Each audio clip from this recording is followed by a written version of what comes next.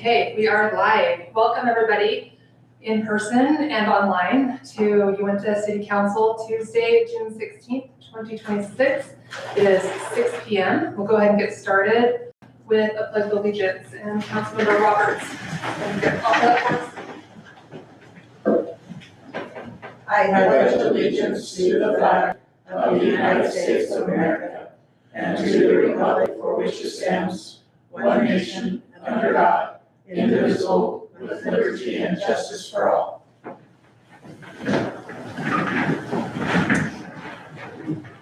Great, thank you, Phil. Appreciate it.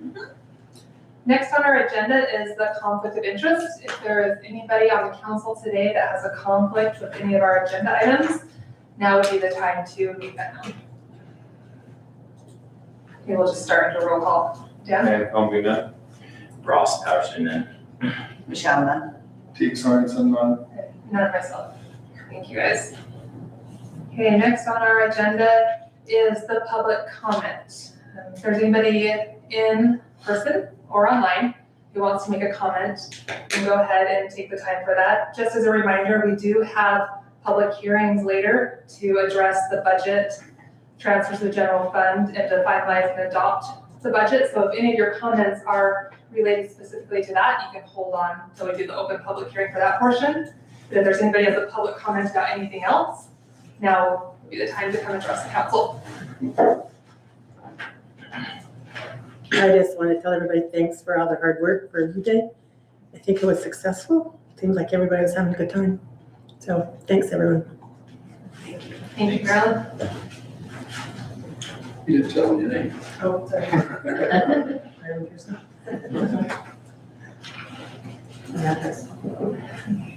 All right, anybody else? I don't see anything online. Okay, we'll go ahead and move on down the agenda then. Next is the consent agenda. We have approval for the city council meeting minutes from June 2nd, 2026, approval of invoices, financial reports, and the fraud assessment. Has everyone had a chance to go through those? Yeah, I'll make a motion. I'll make a motion that we approve the consent agenda.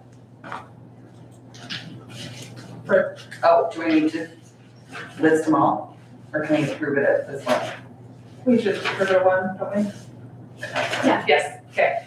All right, we have a motion by Michelle, second. I'll second. Second by Dan, thank you. Any discussion on the motion? All in favor, say aye. Aye. Any opposed? We'll do a roll call since it's financial. Dan Comby, yes. Ross Patterson, yes. Michelle Roberts, yes. Teague Sorensen, yes. Yes, thank you. That passes unanimously. All right, next on the agenda is our public hearing. Before we go into the public hearing, though, I want to rearrange our agenda just a little bit, just for more informational purposes. So then you guys have all the information before we get to a public comment portion or the public hearing part. First, I'll open up with the sheriff's report. Lieutenant Slater, do you mind coming talking about the differences that we'll see tonight on our budget? Okay. So, Mayor and Council, good evening. Just wanted to take a minute and tell you thanks for the support for the Sheriff's Office. We understand the climate of budget increases and the climate that we're in, everybody's in with budgetary issues, right? So we know, or as I've been speaking with the mayor, we know that there's some increase to the city for law enforcement services. And so I just want to tell you thank you for your support thus far. For those that weren't aware, we discussed at the contract partner meeting, basically between 2004 and 2013 is when we went from 97 deputies to 78, and that's where we're at today. So about a year ago is when we started putting some homework in, and it's been our goal to increase the total number of deputies that we have. And there's a lot of factors that play into that. Community climate, calls for service, population, right? There's a formula that's developed, and our numbers at 78 today are not enough. And so we asked the contract cities to help us gain those 10 positions, and we ended up with a net gain of 6 through a various route. So, anyway, as we dive into this, we're excited to get 6. It's better than 0, but it's going to help us. With right now, there are 46 deputies assigned to the contract cities. So that takes us to about 0.54 deputies per 1,000 residents we serve. That's the contract cities and unincorporated. So getting those 10 would have taken us to 0.72. The national average is 1 deputy per 1,000 is what it should be. So the 10 would have taken us to 0.72, and we don't feel like we need to be at the 0.1, just given the climate and the communities we serve, we may or may not need that. So anyway, just wanted to kind of brush over that, and those increases to your budget for law enforcement, we appreciate that. And so we are fully staffed right now. Since the first of the year, we've brought in 5 laterals. We've graduated 4 of the 6. The other 2 are slated to be done by the end of the month through that field training process. We have 2 more that just started about a month ago. So they just finished their first phase. So they'll be slated to be done by the end of the summer, and we'll have 2 more that start the academy. So our staffing levels are right there. We have had some attrition through various things at the office. So we have lost a couple, but for various reasons. So I guess the next kind of your calls for service for the month of May, there were 78 incidents. There were 7 crashes, 1 DUI arrest. There were a few reported to us, trailers burglarized at the storage sheds, and then a handful of person-related crimes. That's domestic violence, child abuse, sex offenses. Those were within the city boundaries. So majority of them are traffic related, the incident numbers. So anyway, that's what I have for you tonight. I don't know if there's questions. I don't know the format, but. No, I think that's great. I just wanted residents to hear before we got into the public, to the Yes. portion. What was new? Why the this year's increase budget, why there's been an increase. Why the increase for law enforcement. Yeah, that's really, as we step back, the contract cities and the unincorporated is about 80,000 roughly population wise. And so everybody from the chief deputy down, that's what gets us our 78. So that includes some administrative positions. So yeah, we'd love to have another 20 and get up to about that 100 range. Then there would be a lot more visibility, proactivity, but our calls for service have increased and the severity of them. We talked a lot about it in our meeting, but child sex offenses have unfortunately gone up, and the resources it takes to investigate those and the navigation through the law, we do need additional detectives in the SVU unit. So that's some of it. So as far as the marked patrol trucks driving around, you'll see an increase in that. These 6 positions are not administrative. 1 or 2 may be a detective. I think it's 1. The other 5 will be boots on the ground in a marked patrol truck. So. Okay, thank you. Yep. And one more thing before we go into the public hearing or we vote on this year's budget, I wanted just to take a few minutes first to explain the approach that we took and what residents I felt should know about it. This year's budget was not put together casually. We took the time to go through the numbers carefully and look for places where we could responsibly cut, reduce, or hold the line before asking anything more from our citizens. Last year's general fund budget was $1,111,150. This year's proposed general fund budget is $1,058,238. That's a reduction of $52,912 from last year's budget. There's another important piece to that number.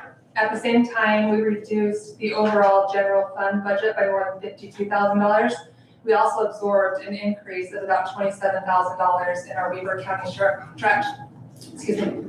When you look at these two things together, the city had to find close to $80,000 in savings, reductions or adjustments in other areas of the budget in order to cover that public safety increase and still bring the overall general fund budget down.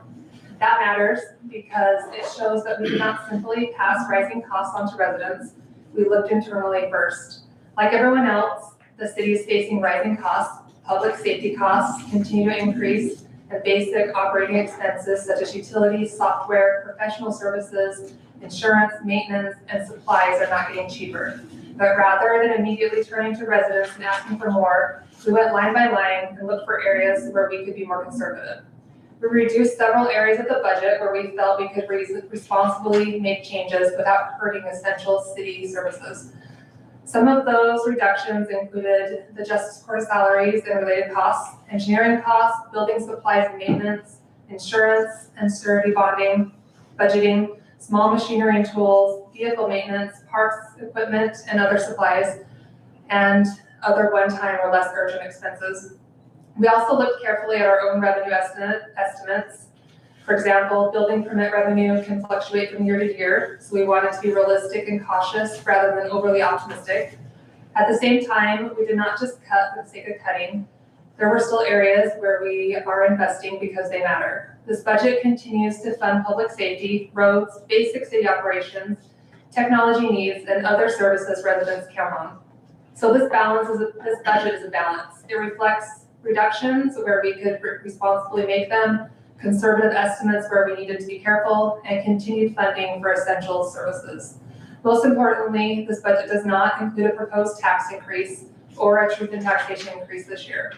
We know last year's tax increase was a significant decision, and we did not take that lightly. Because of that, we felt an extra responsibility this year to be cautious, thoughtful, and disciplined with our budget. Our goal was to absorb increases where we could, make responsible reductions, and not rush back to the citizens asking for more. The budget is balanced. It is lower than last year's general fund budget, and I believe it shows that the city is being careful with taxpayer dollars while still taking care of the services and responsibilities we have as a city. We know every dollar matters to our residents, and we appreciate the trust they place in us to make the decisions thoughtfully. So thanks for letting me get that out first. I wanted you guys to hear the thought process I went through the budget. And so now we'll move into the public hearing. Number 4 on our agenda. And the first is to, we'll need a motion for somebody to open and amend the fiscal year 2025-2026 budget. Do we need to open the public hearing? Yeah, we need to open up. I'll make a motion to open the public hearing to open and amend the fiscal year budget of 25-26. Can you give a motion? Do you have a second? I'll second. A second. Thank you. All in favor, say aye. Aye. Any opposed? Thank you. Okay, our normal city council is closed and we have a public hearing open. Is there anybody in the public that wants to take a moment to talk about amending last year's budget? Okay. Nobody online? Okay, we'll take a motion to close it, open every single one, right, and close it? So that is the advice that I gave Michelle before the meeting, Okay. but I researched it briefly, and your specific rules of procedure state that the mayor declares the public hearing to be open and to be closed. And so every other body that I represent does it by motion. Okay. And so you can, I can just declare it. you could bypass the motion and the mayor can just declare this public hearing open, this public hearing closed, and then move on to the next. I just waited. Somebody give me a gavel. All right, well then we will go ahead and just do that. I will declare that the public hearing for opening and amending the fiscal year 2025-2026 budget is closed, and declare that we open a public hearing for the enterprise fund transfers to the general fund. Is there anybody that wants to comment on that? Not seeing any. I don't see anybody online. So I will close the public hearing for the enterprise fund transfer, and we will open the the public hearing to finalize and adopt the 2026-2027 year budget. If there's anybody who wants to comment on that, now is your time. Nobody in person, and I don't see any comments online. Okay, we'll go ahead and close the public hearing. That is all of our public hearings for tonight. Now we will go ahead and move on. Next thing on the agenda is item number 5, which is old business, and we don't have any listed. So we're moving right along to item number 6.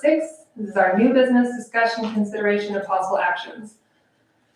First on the agenda is to approve the certified tax rate of 0.000549. And let me get down to my packet. Mike, is there anything that we need to know about that? So all I just say is that that's the rate that we get from the county, I don't know if it's the assessor or the treasurer, anyway, there's no change, that's the rate they give them, in other words, they just, what's the best way? That's basically, they're saying no tax or increase or anything, that's your rate that they're proposing, and we either certify it or we do a truth in taxation, which we are not doing. So we just have to certify that we're adopting that rate, or not certified, we're adopting that certified rate. That's the rate. Okay, thank you. Look for a motion. I'll motion that we approve the certification on tax rate .000549. I think we have a motion by Ross. Do we have a second? I'll second. Second by Dan. Thank you. All in favor? Oh, hold on. Any further discussion on the motion? None. Okay. All in favor, say aye. Aye. Any opposed? Not hearing it. Thank you. That will go forward. Next on the agenda is city fees for the fiscal year 2026-2027.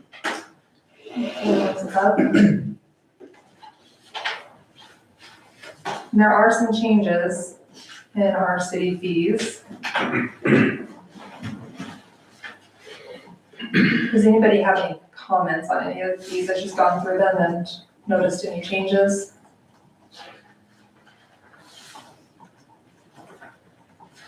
I think the biggest thing is, besides, keeping up with today's prices and things, of getting rid of the extra fee for non-residents renting the scout house. Now it's just a base fee. Okay. I think that might be nice just to go through each department, and if you had something that increased, maybe just cover it really quickly so that the public knows what has changed. So Dan, you started that in the cemetery. And cemetery plots, basically just keeping up with other cemeteries so that we're able to maintain and beautify the cemetery and offer the services that we do. Had an increase there, but basically keeping up with other rates of cemeteries around us. And then the other one was the scout house, just balancing the fees, making it more transparent. Then we added the tournament fee for if someone rents the baseball diamond for the entire year.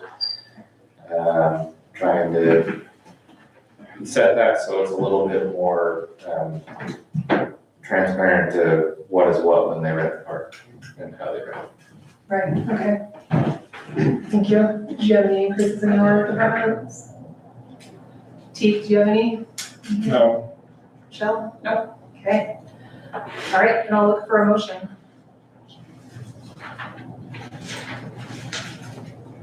I'll make a motion that we approve the city fees for fiscal year 26 to 27. Thank you. The motion by Michelle, second. I'll second. Second by Teeth, thanks. Any discussion on the motion? Not hearing any. All in favor, say aye. Aye. Any opposed? Not, and it's money. Do we need to roll call this one or not? I don't believe so. Technically, you need a roll call vote if it imposes a liability on the city, or if you're approving a transfer in the budget, or approving a budget, and this is just the fees. Just the fees. You could just Okay. vote. All right. We'll call that good then. Thank you. Next on the agenda is the ordinance 302-26 to finalize and adopt the 2026-2027 budget. I've kind of, missed something? Okay, we did. Let's back up. Thank you. I got a little happy here circling things off. Let's go back to ordinance 301-26 to open and amend the fiscal year 2025-2026 budget. And Mike, can you help us with that? If you have any questions on? Sure, I'll just, brief, so, throughout the years, we've obviously approved the budget like we're doing, a year ahead, and, throughout the year, things change and things like that. Most of the, let me rephrase it this way, some of the increase, so we're increasing some of the revenue, increasing some of the expenditures that we did. Basically, the increase in the revenues don't totally cover the increase in the expenses, but we're covering those through other expenses that weren't used, if you will. So we're kind of switching things around. In other words, we're not proposing an increase in, let me rephrase. We are proposing an increase in overall spending, but most of that's coming from revenues, like we sold some assets and we bought some assets, so we didn't budget for in the beginning, so that's covered. One in the water fund is we collect, as part of our audit, they said, you gotta break that out. Meaning we collect funds for Weaver Basin impact fee, we collect that and then we pay that out to them. We have to budget that payment going out, even though it's fiscally for us, it's zero. We collect it, we pay it to them, but we still have to gross that out and show that we collect and we pay it. So those are kind of the major ones. There's some other ones, just different expenditures that are more, some wages and things, but we also have savings in other departments. So there's no, not really a fiscal impact like we're using our savings or anything, because we're getting that additional revenue. Right. We just have to, for the most part, show that, when we do the expenditures, we do have to approve those expenditures. If we haven't approved it before. Okay, thank you. Any questions, Mike, on that? Okay, look for a motion. I'll make a motion that we approve ordinance 301-26 to open and amend the fiscal year 2025-2026 budget. Thank you. A motion by Chief. Do you have a second? I'll second it. Second by Ross. Thank you. Any discussion on the motion? All in favor, say aye. Aye. Any opposed? Roll call vote. Awesome. Any opposed? Okay, roll call. Dan Comby, yes. Ross Patterson, yes. Teague Swanson, yes. Michelle, yes. Yes. Thank you. Okay, that will be approved. Next now is ordinance 302-26 to finalize and adopt the 2026-2027 budget. Does anybody have any questions? I know we kind of already got over this before we open the public hearing portion with explanations.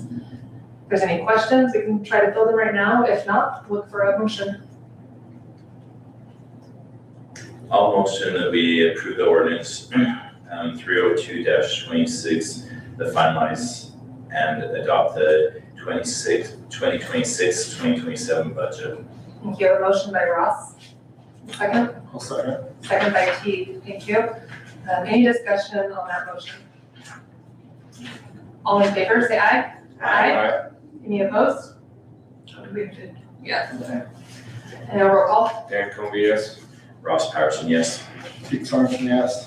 Yes. And I vote yes. Thank you, guys. That will be approved for next year. And the last one on new business is the interlocal agreement with Weaver County for services, for survey-related services. Anybody have any questions looking through that? It has gone to legal, and they brought it back and said that it's ready to sign and approve. Do we already have one, it's just time to renew this, or this isn't new? Right. Okay, we'll look for a motion if there's no questions on it. I'll make a motion that we approve the interlocal agreement with Weaver County for survey-related services. Thank you. A motion by Dan. Do you have a second? I'll second it. Second by Michelle. Thank you. Any further discussion on that motion? All in favor, say aye. Aye. Any opposed? Not hearing. That will pass unanimously. Thank you, guys. Yeah, roll call them. We do. We need a roll call. Yeah. Oh, yes. Ross, yes. Teague Sorensen, yes. Yeah. And yes for me as well. Thank you, guys. All right. Okay. That'll move us down to the informational items. We've already heard from the sheriff's department. So I'll take us to the council reports. Anybody have anything they want to bring up? Nothing? So I do have something, me and Jack have been looking at City Logic. What it is a system that they come in every 4 to 5 years and they survey the roads, they look at the roads and see what needs to be done and how, and kind of keeps it in order as far as what roads need what at what time, and just kind of keep us rotating it to help us keep it rotating so that the roads that most need it get attention and the roads that don't. It's actually pretty interesting the way they do it. They survey all the roads, so every four years it's like $4,000 on it, and then on the renewal for every year, it's only $300 is what they're saying on it. So once they do the initial survey, then they come back in and every 4 years they renew it. But every year after that, it's like $300 for that. But what we're hoping to do is be able to join with South Weaver because they're a back east company. They bring cars in and they survey it. And it's pretty interesting because they actually take some of the updated, nicer cars, have an app, have a link with this system in that as you drive past roads, it will check the roads and it will download to this system too as well. So it kind of gives you a good idea as far as who's driving the roads, and also, so it kind of, if there's anything after this initial survey, it will kind of track the roads to that direction. It gives all the roads a number between 1 and 100 as far as the quality of road that it is. And so, and the newer cars will help identify what roads need to be fixed and everything else. So it's a pretty interesting thing. So we're looking at kind of adopting that and having them come out and do that. So we need to kind of look into that a little bit more, but I think it's on the way. Okay, it's good information. We'll probably look for that in the future then. Yeah. Great. Anything else? You? Yep. Over here, Keith? One big thing that I wanted to cover again is the 5K and half marathon for Bonneville Communities That Care. It's happening on August 22nd. So first of all residents need to know that traffic and runners will be coming through early in the morning on August 22nd. And second, anybody that would love to participate, you can go and get signed up through the CTC's website, BonnevilleCTC.org. And then outside of that, I had the pleasure of participating with the crew Michelle's crew that took care of U Days and did all the planning, and it was a pleasure to participate. Lots of amazing volunteers. They gave a lot of time. And I think that just extend an invitation to anybody that wants to join and help out for next year. There'll be meetings or at least a meeting to follow up this year and cover what went well and any suggestions. And then, as we get started into next year, any willing hands are welcome, and we'll make it another great year. But it was a huge success in my opinion. So much fun. My family loved it. It seemed like it was in line with the spirit of Uintah and what we value most. So thanks, Michelle, and everybody else. Thanks, Steve. Michelle? I too just want to thank, I think we had great U Days. It's a lot of work and a lot of preparation, and we couldn't do it without our volunteers. And Jill is here with us today, and she was a huge help and helping co-chair this year with Liz Minster. And I couldn't do it without them. And the planning starts in the early parts of the year, February and March. And so it's a lot for them to take away from their families. And it takes a lot of love and dedication from our city to do this. And so our heartfelt thank you. And to all the volunteers and to all the people that volunteered in the chair, Stephanie Grigula. I never say that right. Sorry, Stephanie. And Diane Johnson and Crescent Miles also as Liz Minster and Jill Smith. So, and Teague was with us this year, and so that was awesome. Big thank you to the Sheriff's Department for helping us. They helped us with the parade. They helped us with breakfast. They are there all day, and so it's very much appreciated and keep us safe. And plus they have some really cool stuff in the parade. I always love to see the motorcycles. So, and then we also wanted to thank the firefighters. They came out, again, did breakfast in the parade as well, and they also had a water fight with the kids, and that was super fun. And it reminded me of Old Town Uintah, where the kids are just out in the park having fun, and the screaming and the yells and all of that. It's super fun, and I think that it's good to keep that tradition alive. To be able to keep our traditions alive, such as the salmon bake, we've been asking for volunteers to shadow, and we haven't received anybody yet. I have a couple names that I'm gonna try to reach out to, but if we want to continue with the salmon bake, it's been an amazing tradition for, I think it's 25 or 30 years.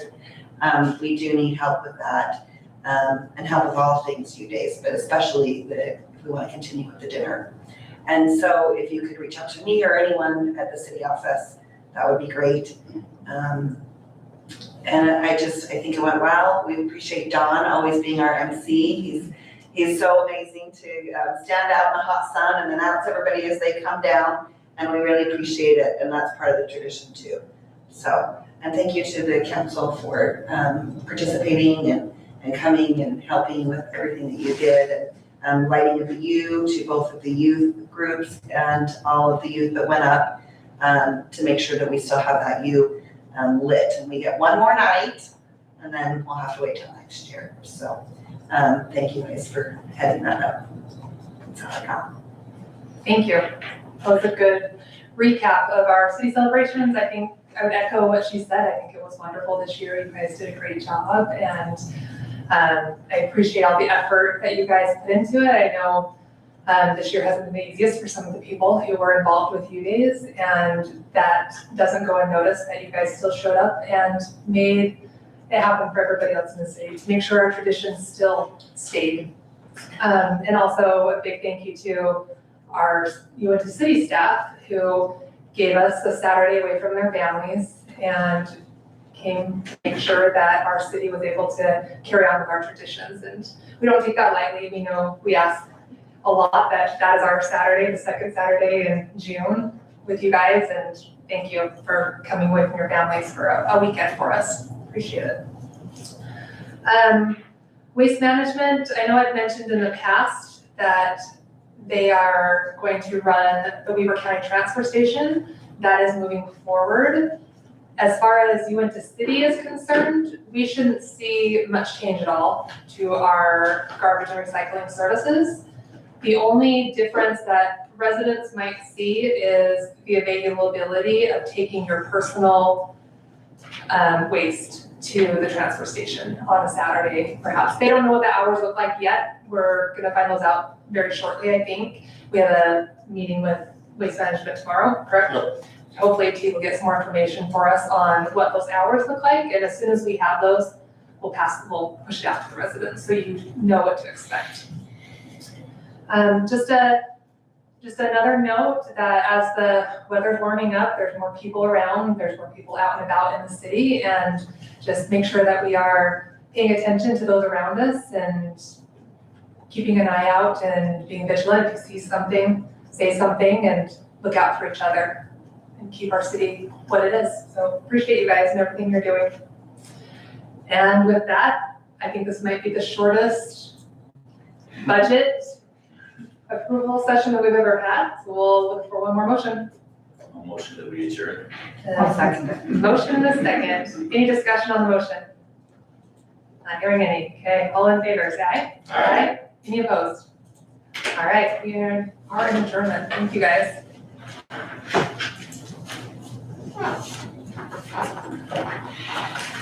Did you say August 22nd?